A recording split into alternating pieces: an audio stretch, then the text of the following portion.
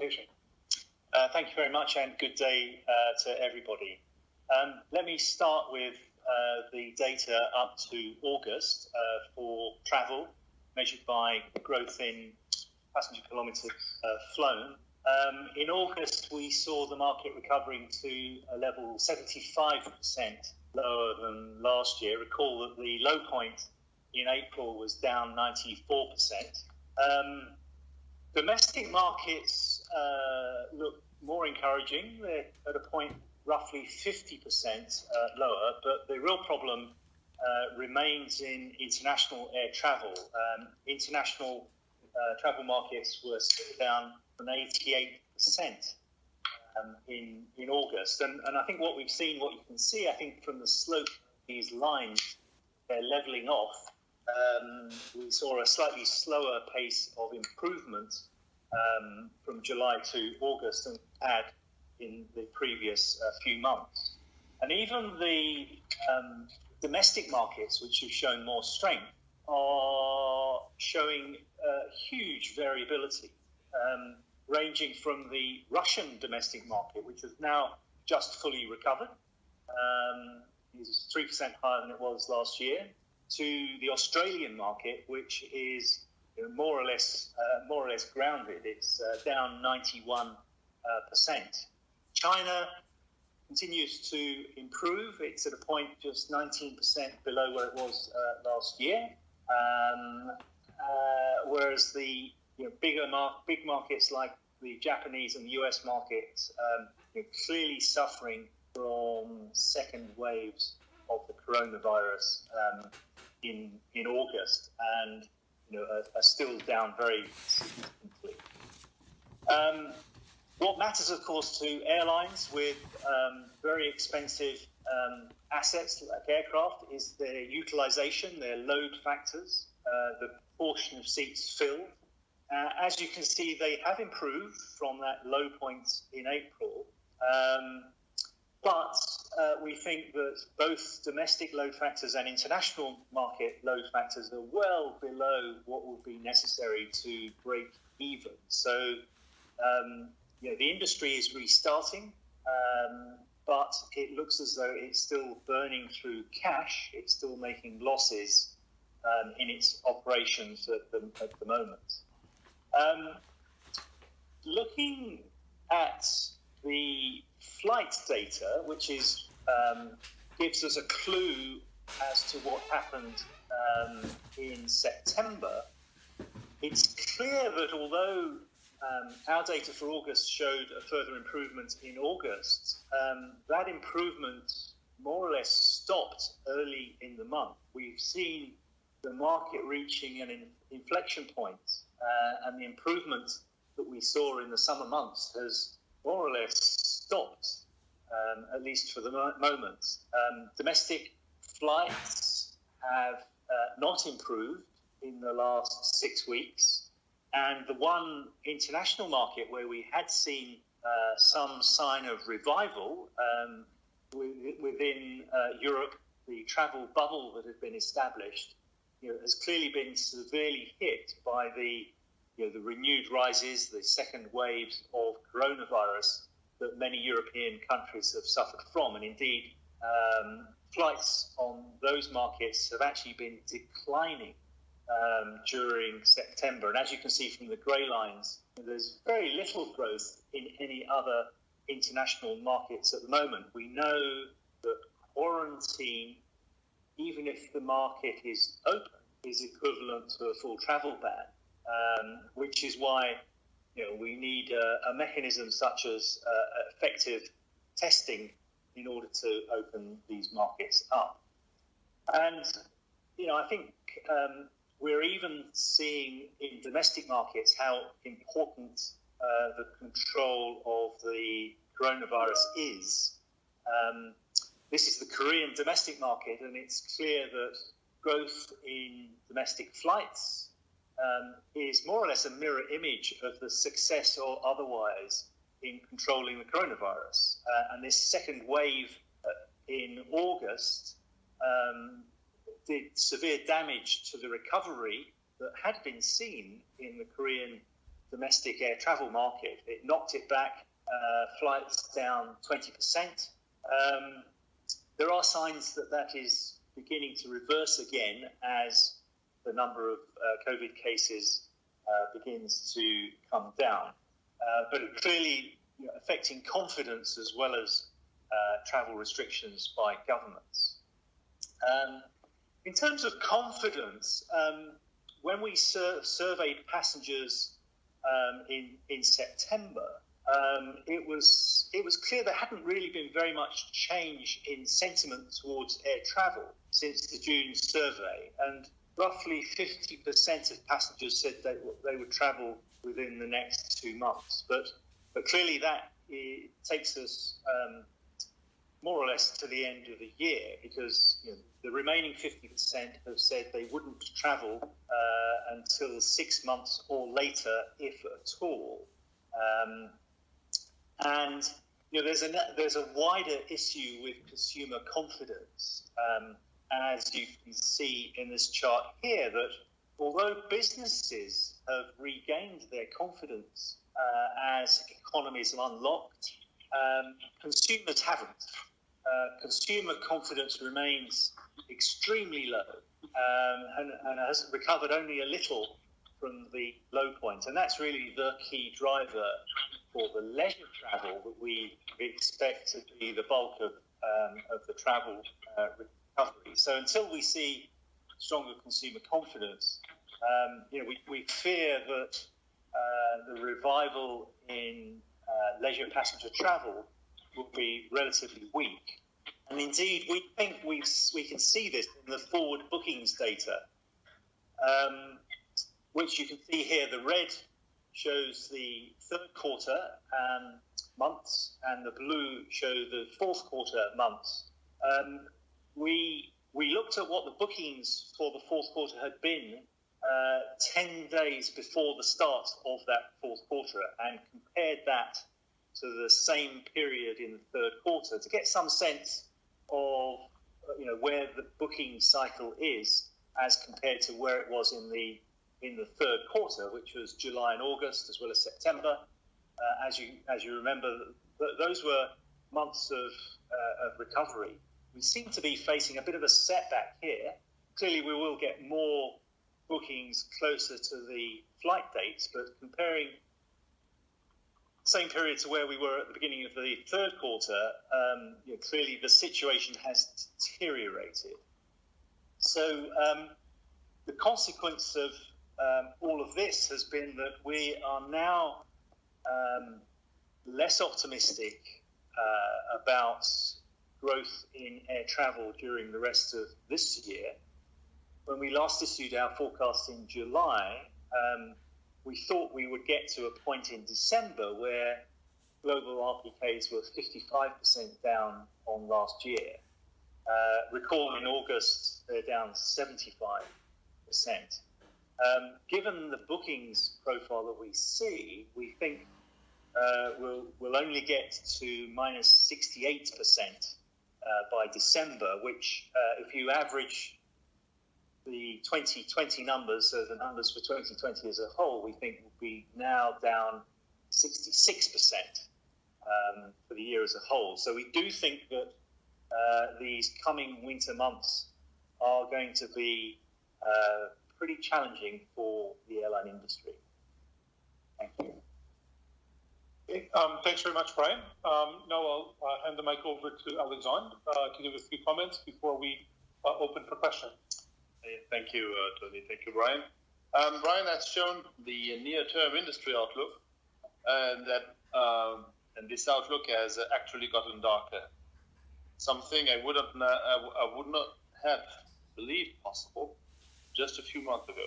In normal times, the peak summer travel season provides airlines with a cash cushion to help weather the slower fall and winter seasons. But this year, the industry is heading into the slow season in the worst financial position in its history. This highlights 2 points. Number one, this is no time for governments to walk away. The industry is, of course, grateful to those governments that have already provided support. But new job-saving measures are needed, including financial measures that do not add to overstressed balance sheets. The second point is that for the good of aviation and the global economy, we need to reopen borders and remove travel-killing quarantines. The ability to travel is absolutely central to doing business in our highly integrated global economy. And globalization has lifted more than 1 billion people from poverty since 1990. Yesterday, the World Bank issued a report for East Asia and the Pacific that puts this in sharp focus. It estimates that there will be 33 and 38 million more people living in poverty in that region alone this year than in their pre-COVID scenario. And job losses in transport and hospitality industries are among the most affected in that region. There is much to be gained by reopening borders. And every day that we delay in reconnecting with the world, people are getting poorer, and tens of millions of jobs that depend on aviation are at risk of going away. We addressed the need to reopen borders last week when we talked about systematic pre-departure testing. This should give governments the confidence they need to reopen borders, and it will give passengers added confidence that they won't get infected while traveling. We don't underestimate the challenges of integrating systematic testing into the travel process. Finding sufficient, fast, highly accurate, affordable, and easy-to-use tests will not be easy. And of course, the priority will be on fulfilling medical needs before those required for travel. Governments and health authorities will need to agree on common standards so that tests administered in the departure country are accepted on arrival. It is on ICAO's restart agenda. We are also seeing some progress with pre-departure testing being put in place on some routes and at some airports. Notably, in the past days, we have seen announcements by airlines for testing Hawaii-bound travelers from continental US. These and other airline-led testing programs will give us valuable experience while the numbers of travelers are still low, so that we can be ready as demand ramps up. And I will just repeat the findings from our passenger survey, which shows overwhelming support for testing. 84% agreed that testing should be required for all travelers. 88% agreed that they are willing to undergo testing as part of the travel process. A further result revealed that 61% of those surveyed in the 11 markets covered believe that COVID-19 is sufficiently controlled in the country to enable borders to reopen. We are ready to work with government worldwide to make this happen. Establishing systematic pre-departure testing is the key to unlocking global connectivity, stimulating battered economies, and giving hope to the 10% of the global workforce whose livelihoods depends on travel and tourism. Thank you, and we look forward to your questions. Great, thanks, Alexandre. So we've got a few questions in the queue. Just to remind everyone, if you have a question, please type it into the chat function. First question, I think, goes to Brian. And the questioner asks, what's the story behind Russia's improvement? It's partly, I think, because Russia had a substantial outbound tourism flow, and people have decided to holiday at home. But also, airlines in the Russian domestic market have been discounting their fares much more than in many other markets, down almost 40%. So I think that's one of the key reasons we've seen such a rapid rebound. Another question, I think, for you, Brian. The questioner says, in India, the domestic market has had about 10 million passengers since restart in March. And they're wondering how the performance of the Indian market compares to what we see elsewhere. The Indian domestic market is still very weak. Although we've seen some rebound, in percentage terms, it's still down very considerably. Partly reflecting the severe challenges that the country is facing from the coronavirus. Okay. We have a question, I think, for Alexandre.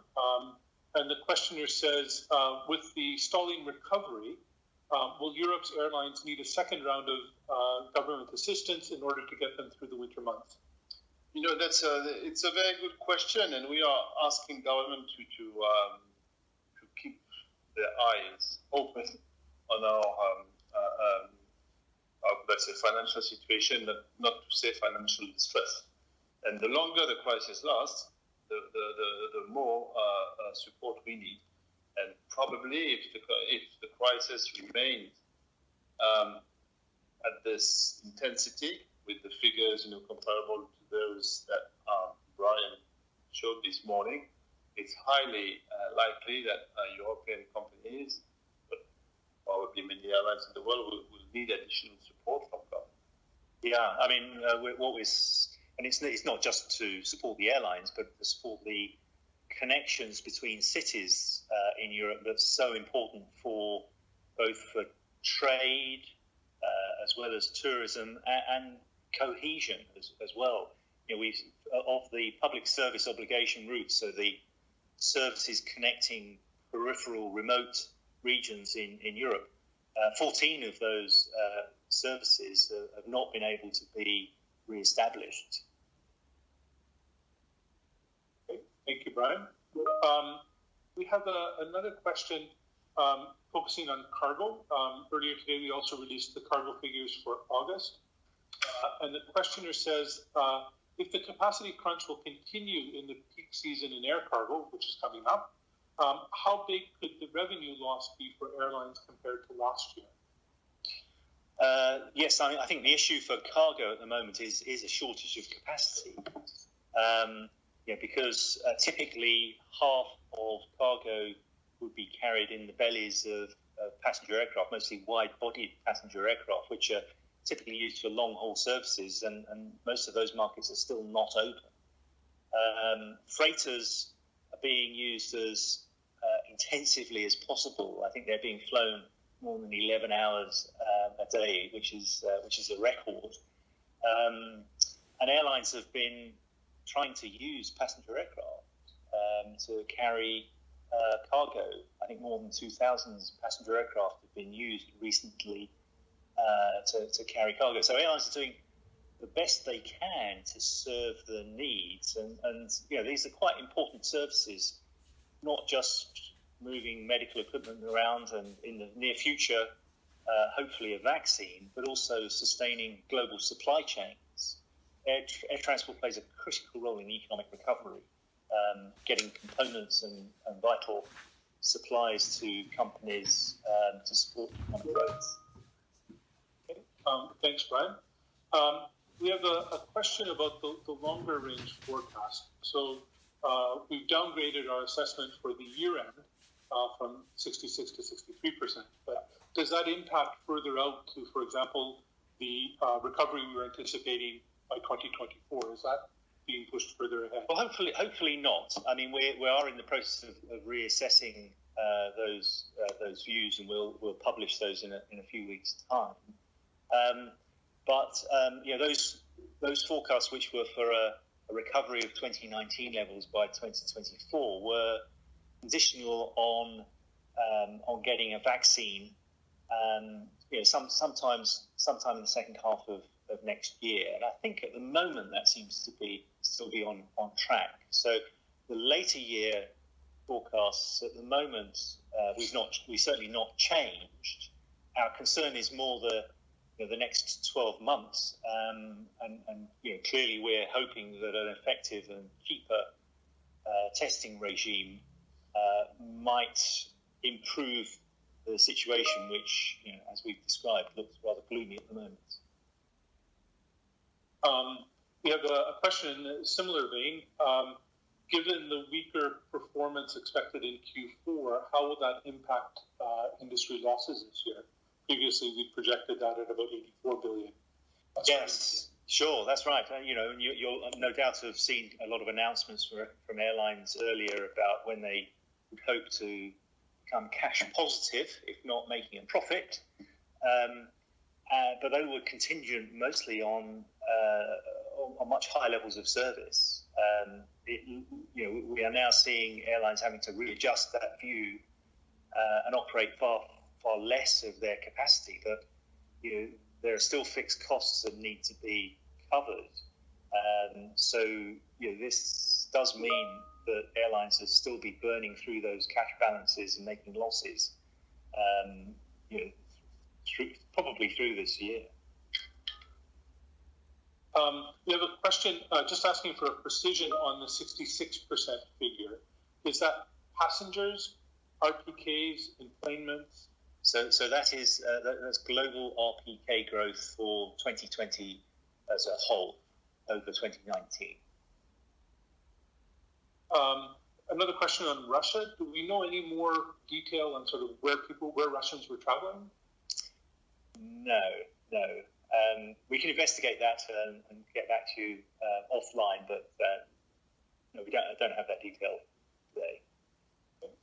We have a question on testing. Have governments responded positively to the association's request for systematic testing? We have no official response. What we see is an evolution of government attitudes towards testing. We see, some governments in Europe, also in the Americas and Asia, starting to recommend rapid testing based on antigen test. So more open attitude towards antigen test. Secondly, we are discussing,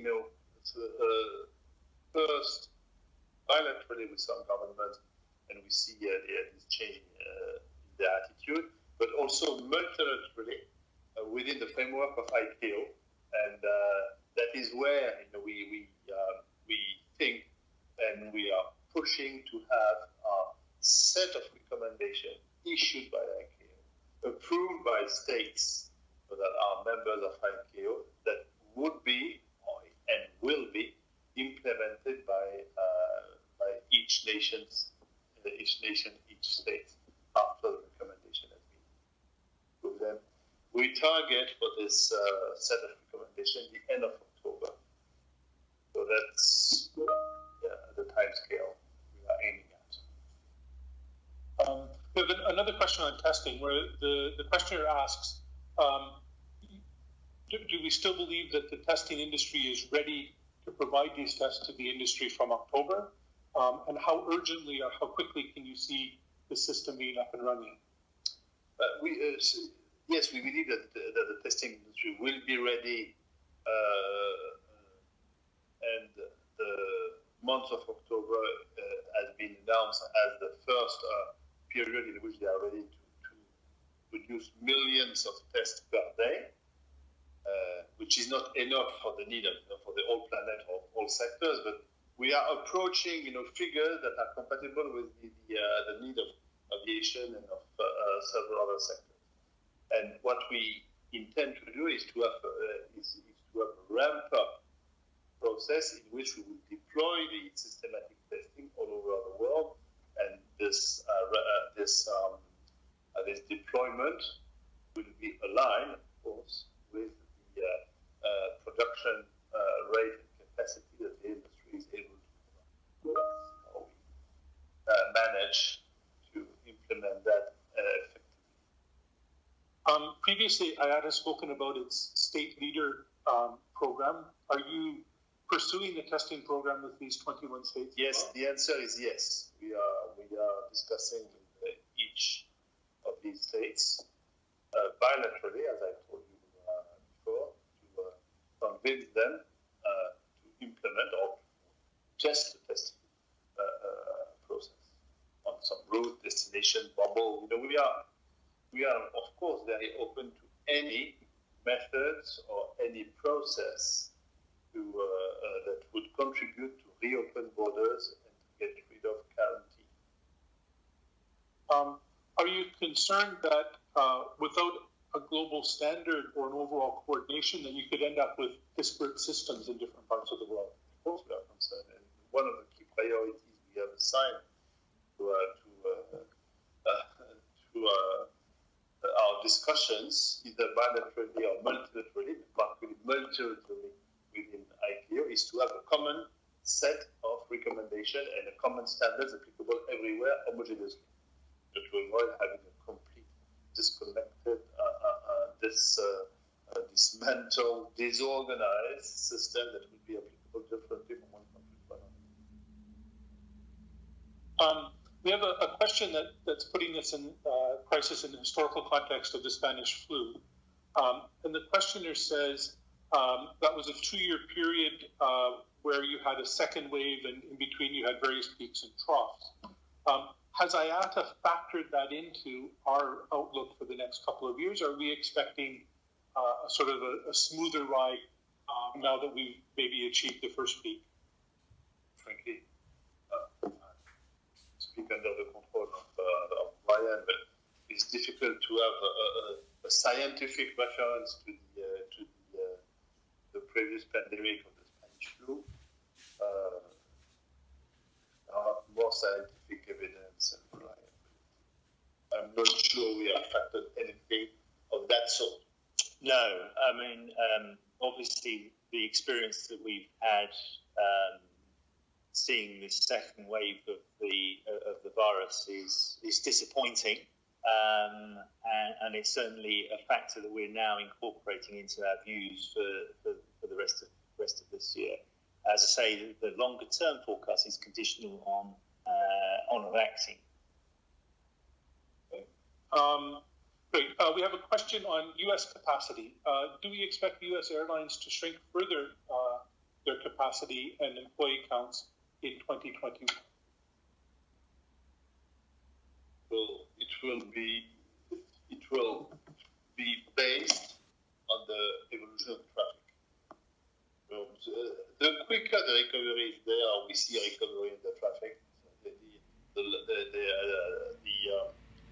The lesser the need for further restructuring. But if the crisis lasts, the airlines will have to restructure further and to get some government support. Otherwise, we will not survive. Yeah. Then the same questioner says or asks, with the cargo capacity constraints, what will be the impact, particularly in the holiday season, on consumers? We're coming up to peak season for delivery of a number of technology items, which will put a strain on the capacity that we're seeing. I think that we've already seen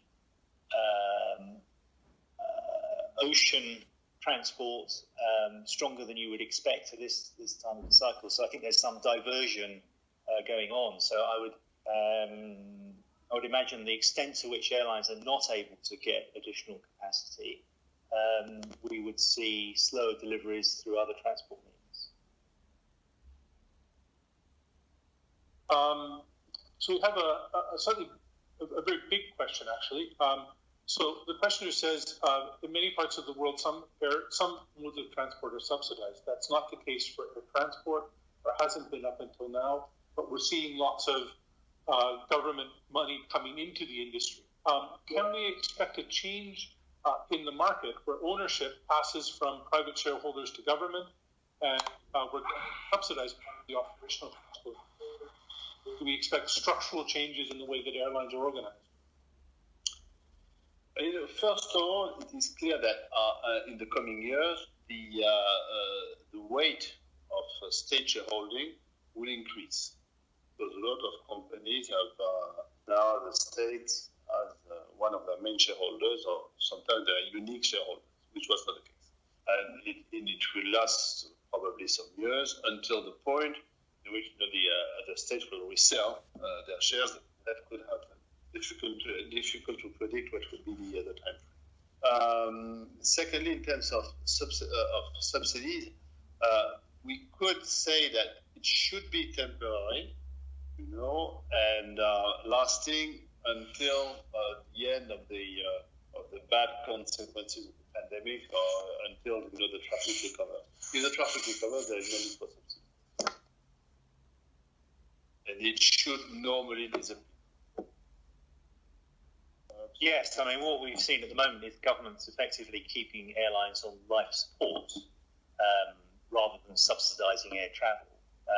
And indeed, this is consistent with what governments have done with all the other sectors of the economy in this unprecedented crisis.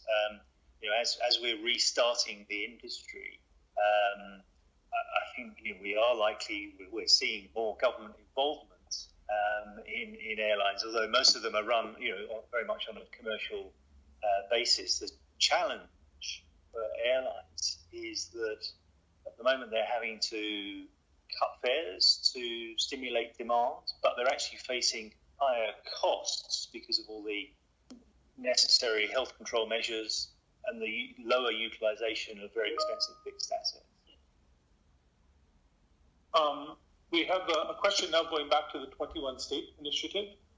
So the questioner asks for a bit of background as to what states they are and what types of discussions they're having in addition to testing. And then also what specifically are they doing in this respect?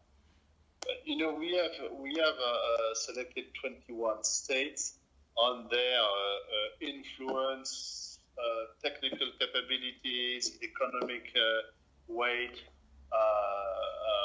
and aviation importance, because they represent a significant part of air traffic, and they have a very strong influence on the way the market evolves and the way the aviation is regulated or not. So that was the criteria of selection, the importance in terms of aviation of these states. And we have a dialogue with them to convince them that what we are proposing is create, and for them to implement that and influence, be a kind of traction for the rest of the world to implement the right system, to reopen borders, and to restart aviation and air travel. That's the sense of this initiative, and it goes in parallel with our multilateral approach that we have within ICAO, but with the contribution of WHO, health authorities, both governments. We have a question about the U.S. aid package that's being discussed. And the questioner says, do you expect the additional aid for U.S. airlines to go further because of headcounts that are already lower because of voluntary measures like early retirement packages?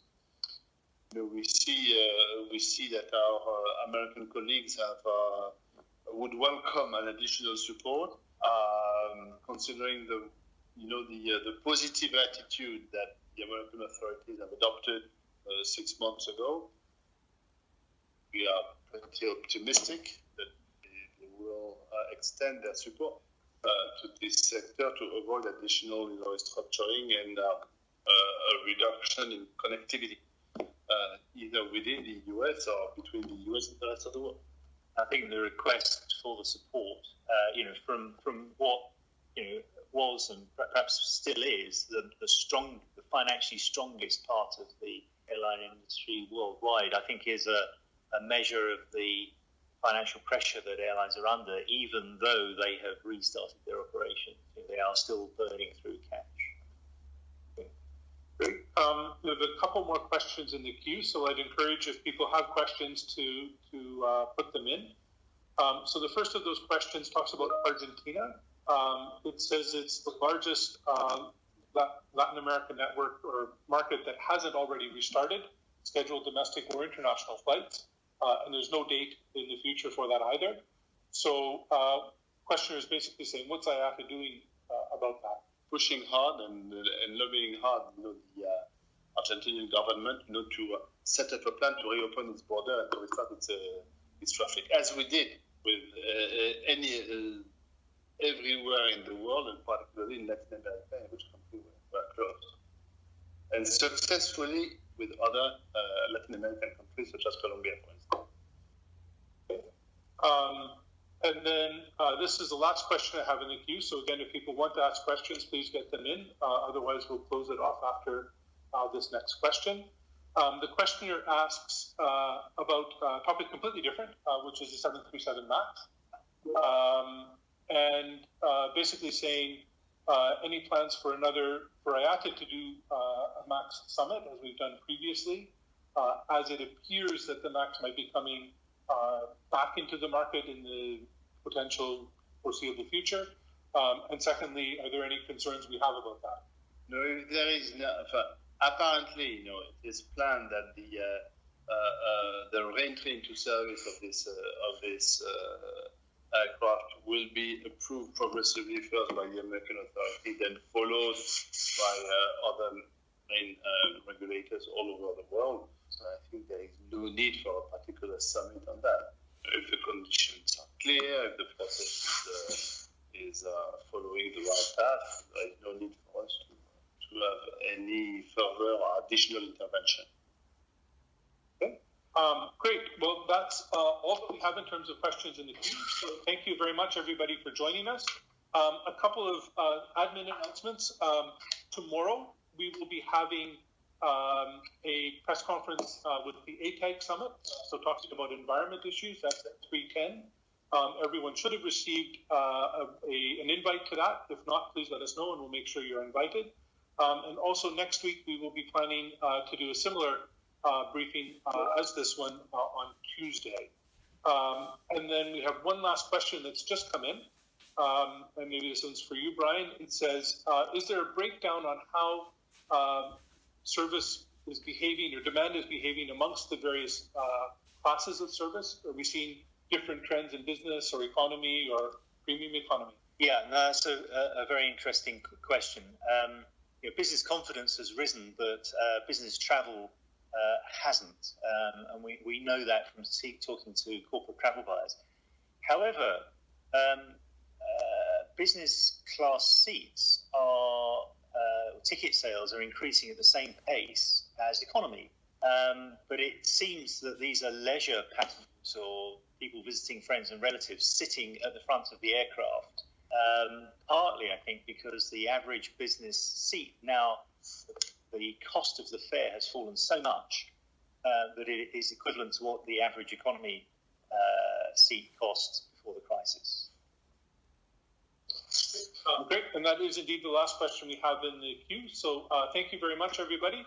And again, reminder, please join us tomorrow at 3:10 Geneva time for the ATAG briefing. Thank you very much. Thank you.